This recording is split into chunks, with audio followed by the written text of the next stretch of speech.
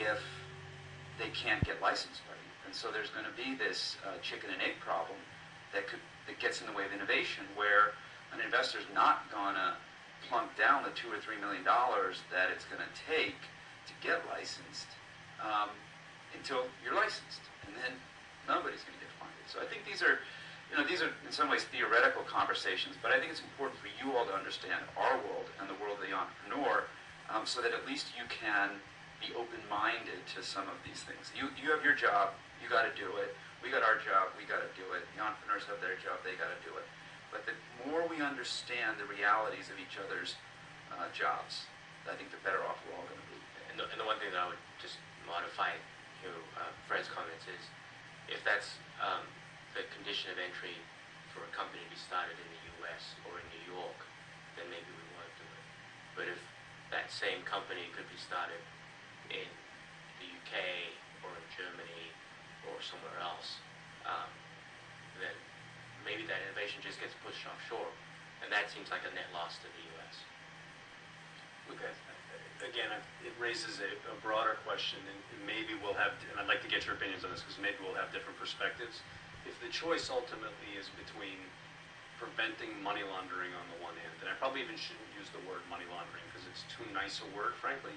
Money laundering is the facilitation of all kinds of horrific crimes that I think everyone in this room never wants to see happen. Narco-trafficking being one, but acts of terrorism, funding rogue nations, etc., all take place through massive money laundering. Now, we have it in our system as we do now, but if to have money laundering, the choice for the regulator is permit money laundering on the one hand or permit innovation on the other, we're always going to choose squelching the money laundering first. It's not worth it to society to allow money laundering and all of the things it facilitates to persist in order to permit 1,000 flowers to bloom on the innovation side. I think the question is whether we can get somewhere in between where we're very comfortable that we're preventing the money laundering, but still allowing innovation. But I guess I would open it up to the panelists. If we start down here, would you agree that ultimately, if the choice is, and maybe this is an unfair question, but ultimately the choice is between getting rid of money laundering but squelching innovation, that we all agree the first job is to get rid of the money laundering, all that it facilitates? I mean, I agree there's definitely a tension there. Nobody wants to see money laundering. But I think we can reach that middle ground and understanding in hearings like this, just keeping a very open dialogue so it's not us versus them or regulators or this mysterious body. I think we can find that dialogue in middle ground where we can kind of have a firm understanding and we don't lose innovation, but at the same time don't commit criminal behavior. I agree that I don't think anybody wants money laundering. When we first saw Bitcoin, about a year and a half, almost 2 years ago, I don't think anybody would deny that it was a bit of a Wild West because there was no regulation, there was no framework to evaluate the asset, evaluate companies, determine who was compliant, who was not. And a Wild West, attracts cowboys. And I don't think anybody here would disagree with the fact that a sheriff would be a good thing. It's just how do we sort of apply that law? I kind of like the concept that Fred brought up about a bit of a safe harbor, where if you register and let us know what you're doing for a certain period of time, so we can kind of build our technology and focus on what we do well, and the investors can focus on what they do well, which is basically coming up to speed on Bitcoin, doing the due diligence on the startup, as opposed to having to become also a regulatory expert.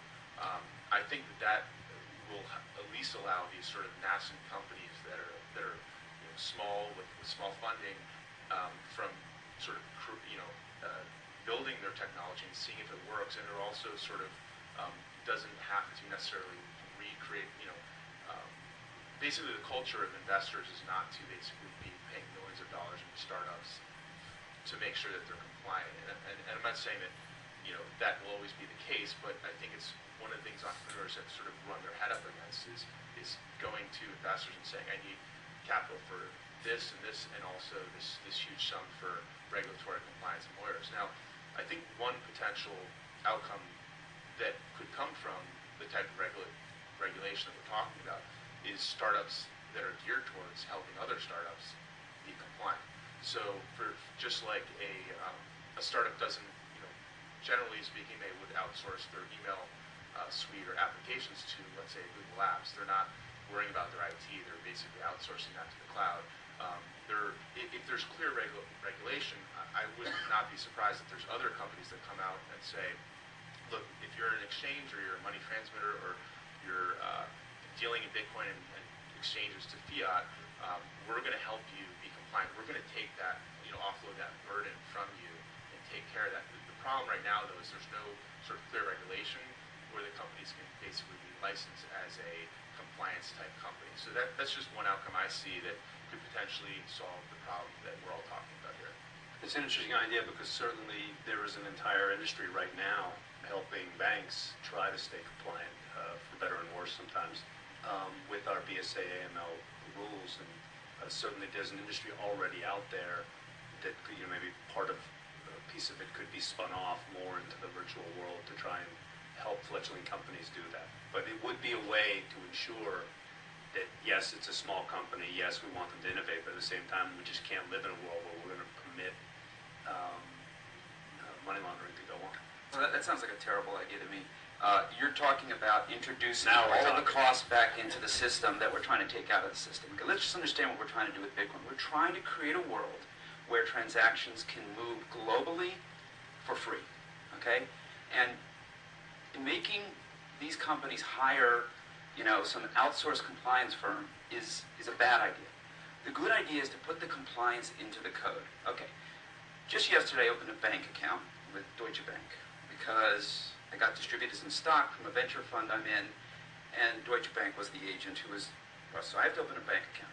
I had to fill out 5 separate pieces of paper. I had to file an AML form, I had to file an account opening form, I had to file out a W-9, I had to file out,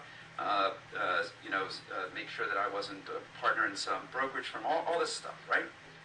If I could have just authed with my Facebook account, okay, if I could have just gone to the Deutsche Bank website and authed with my Facebook, they would have gotten most of that information directly from Facebook, and they could have onboarded me instantly. That's the idea of putting it into code. Now, you may say, look, Facebook can't act as the know your customer provider for the world. And maybe that's right or maybe that's wrong. I don't know. Maybe LinkedIn plus Facebook plus Google plus my social security number plus my global entry number. I don't know what it is. But something like that could handle, AML, know your customer in code.